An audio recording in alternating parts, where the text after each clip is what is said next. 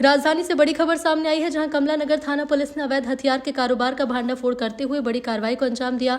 कमला नगर थाना पुलिस ने बापू नगर क्षेत्र की झुग्गियों में छापेमारी कर अवैध हथियारों का जखीरा बरामद किया है।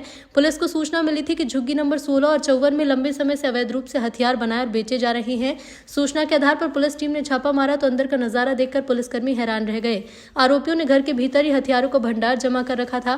पुलिस ने मौके से 79 घातक हथियार बरामद किए, जिसमें 75 अवैध छुरियां और 4 लंबी तलवार शामिल हैं। पकड़े गए आरोपियों की पहचान चंदन विश्वकर्मा और दुर्गेश विश्वकर्मा के रूप में हुई है। दोनों से हथियार बनाने और खरीद बिक्री से संबंधित लाइसेंस मांगा गया, लेकिन वो कोई भी वैध दस्तावेज प्रस्तुत नहीं कर सके। पुलिस के मुताबिक आरोपी पिछले कई सालों से अवैध हथियार के निर्माण और बिक्री का कारोबार चला रहे थे।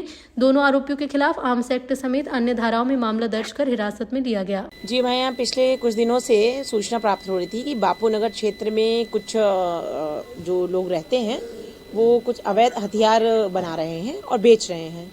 सूचना पर कल मेरे द्वारा 4 टीमें बनाई गई थी। एक टीम मेरे नेतृत्व में थी और इसके अतिरिक्त 3 उप निरीक्षक के नेतृत्व में 3 पृथक टीमें थी। 6-7 सदस्य प्रत्येक टीम में थे। महिलाएं समस्त थी, उसमें महिलाएं भी थी। जो टीम पृथक गई, तलाशी वारंट हमारे द्वारा एसीपी मैडम से प्राप्त किया गया और सर्च वारंट के माध्यम से फिर हमने तलाशी ली। जो वो बापू नगर में दुर्गेश विश्वकर्मा एवं चंदन विश्वकर्मा दोनों से 2 मिले, जिनके बारे में सूचना क्लियर थी कि इनके द्वारा अवैध हथियार बनाए और बेचे जा रहे हैं। सूचना पर तस्दीक की और इनके घर पर इनको ले जाकर रेड की गई।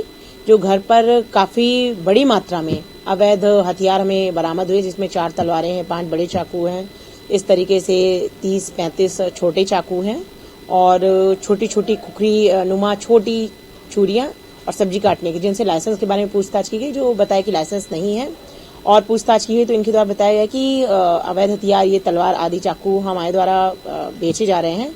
आपराधिक प्रकृति के लोग आकर ये लेते हैं हमसे और हम इनको बेचते हैं, इसलिए बनाए जा रहे थे।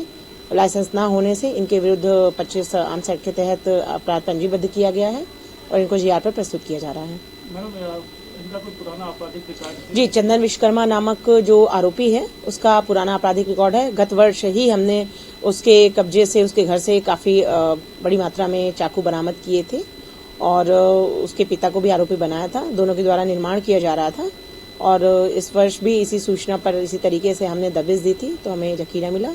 तो चंदन विश्वकर्मा के विरुद्ध आपराधिक रिकॉर्ड है। दुर्गेश विश्वकर्मा के संबंध में अन्य थानों से भी जानकारी प्राप्त की जा रही है रिकॉर्ड के बारे में। मैंने ये बताया कि किन आपराधिक को हथियार बेचते थे या सिर्फ भोपाल में बेचते थे या भोपाल के बाहर भी हथियारों की सप्लाई किए करते थे? अभी तक तो इनके द्वारा बताया जा रहा है कि भोपाल में ही जो हैं आपराधिक किस्म के व्यक्ति, उनके द्वारा ही खरीदी की जा रही थी।